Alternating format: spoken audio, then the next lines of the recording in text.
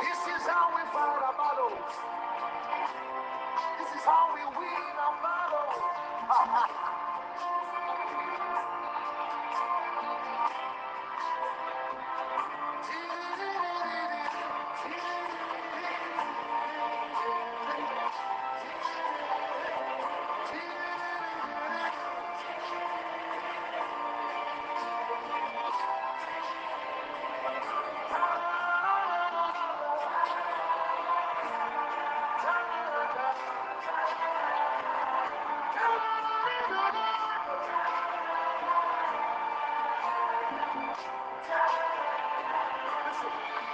Yahweh Sabaoth, Yahweh Sabaoth.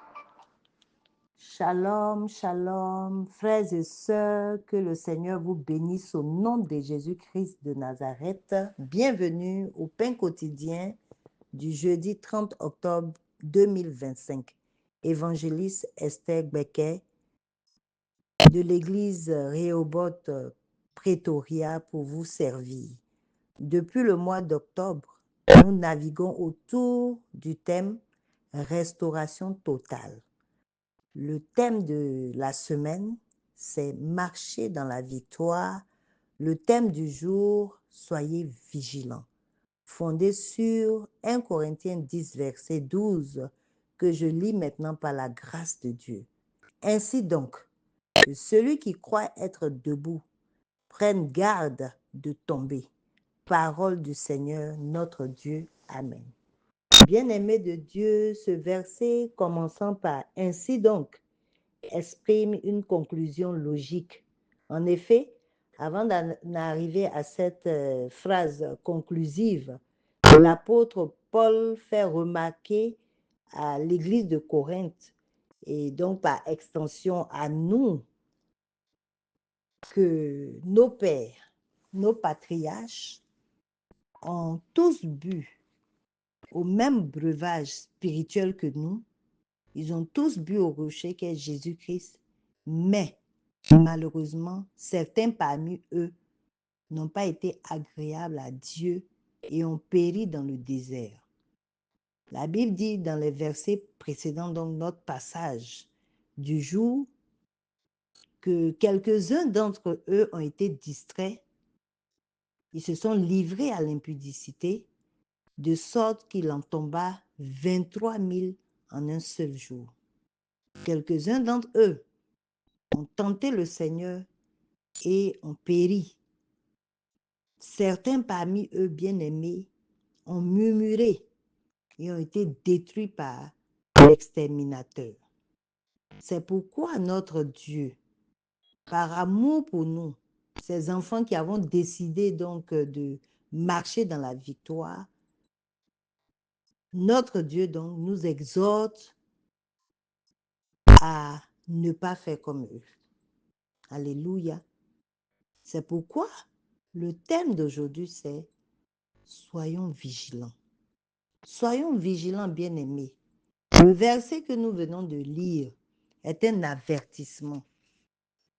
C'est un appel, c'est une invitation du Seigneur qui veut que nous prenions conscience que même étant enfants de Dieu, ne nous croyons pas trop forts, ne nous croyons pas trop grands dans le ministère, ne nous croyons pas trop loin et trop confiants, car nous pouvons chuter à tout moment.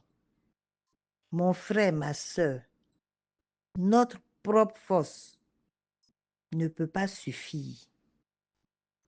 Notre propre force ne peut pas nous faire éviter la chute. L'apôtre Paul rappelle que par nos propres forces, bien-aimés, nous sommes incapables de demeurer fidèles dans ce monde qui est devenu si mauvais et si dangereux. Les tentations sont là, les tentations sont réelles, les tentations sont fortes. Et si nous ne plaçons pas notre confiance totale au Seigneur, bien-aimé, il sera difficile pour nous d'avancer de façon stable, de façon solide. Alléluia. C'est pourquoi lui-même, il a dit dans le livre de Jean 15, verset 5, qu'il est le cep et que nous sommes les sarments. Que celui qui demeure en lui et en qui lui demeure porte beaucoup de fruits, parce que sans lui, là, nous ne pouvons rien faire. Donc, bien-aimé, il est important que toi et moi, nous fassions confiance à Dieu plutôt qu'à nous-mêmes. Il y a un danger dans le fait de se surestimer. Il y a un danger, bien-aimé, d'avoir une opinion exagérée de notre propre importance ou de notre propre capacité. Même Jésus, notre Seigneur, a été tenté dans le désert. Il a été tenté, mais c'est par la puissance de la parole qu'il a pu vaincre le diable. Alléluia. Je veux dire à quelqu'un, dans les épreuves, ou je dirais dans le désert de Dieu, sois fort. Sois fort. Résiste au diable par la parole de Dieu. Alléluia. Nous devons compter sur Dieu et sur lui seul pour être stable et pour ne pas chuter. Donc, bien-aimés, sortons de l'autonomie spirituelle. Sortons de l'indépendance spirituelle. Sortons, bien-aimés, de l'autarcie spirituelle qui veut nous faire croire que nous n'avons pas besoin des autres pour avancer dans la vie. Sortons, bien-aimés, de notre comportement hautain qui veut nous amener à ignorer l'aide des autres, l'appui des autres. Parce que Dieu, pour nous faire avancer dans notre destinée prophétique, passe par des aides et des appuis de destinée pour nous. Donc, bien-aimés, ne nous croyons pas trop forts dans cette vie-là. Parce que lui-même, il dit, nous sommes dans ce monde, mais nous ne sommes pas de ce monde. Ce monde est dangereux et nous avons besoin de Dieu pour avancer dans la vie. Deux personnages bibliques peuvent nous rappeler cela. Adam, le premier. Adam a cru qu'il pouvait faire un choix indépendant de Dieu, ce qui a conduit à sa désobéissance, à la perte de son innocence et à la chute de l'humanité. L'exemple, ou disons l'histoire de Adam, bien-aimé, est un avertissement pour nous qui sommes actuellement vivants. C'est un avertissement sur le danger de l'orgueil et le danger de la confiance excessive en nous-mêmes. Alléluia. Toute bénédiction vient de Dieu. Donc, ayons pour appui notre bouclier, le rocher des siècles, qui est Jésus-Christ de Nazareth. Le deuxième exemple biblique, c'est Nebuchadnezzar. Nebuchadnezzar a cru que la grandeur qu'il avait, la gloire qu'il avait, venait de lui-même. Donc, il s'en vantait. Il se vantait de ses réalisations au lieu de rendre toute la gloire à Dieu. Et qu'est-ce qui est arrivé? Son orgueil l'a conduit à la punition de Dieu. Dieu l'a puni. Et pendant 7 ans, il est devenu comme une bête. Dieu l'a rabaissé. Jusqu'à ce qu'il se répande, qu'il reconnaisse que tout ce qu'il avait venait de Dieu. C'est comme ça qu'après sa repentance, bien-aimé, il a été totalement restauré par le Seigneur.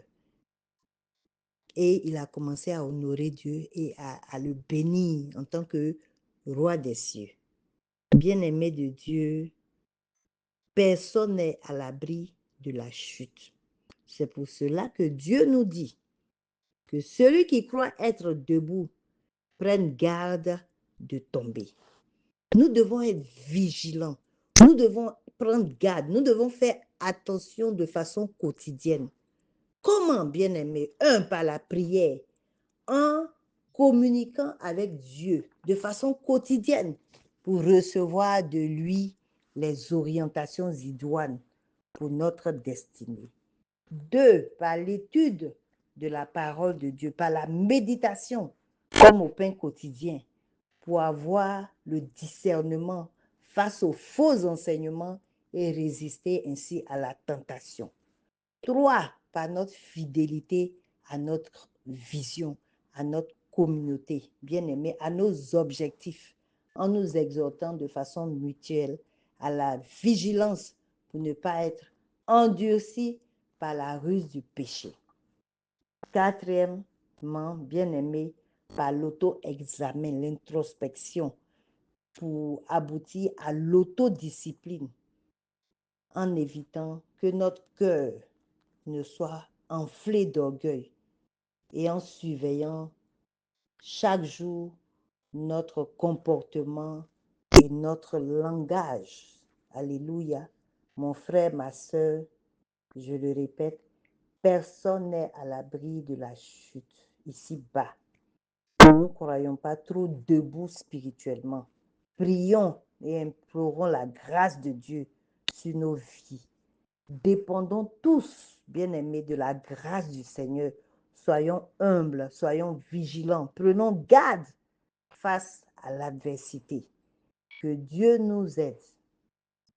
Shalom, bénédiction et à très très bientôt.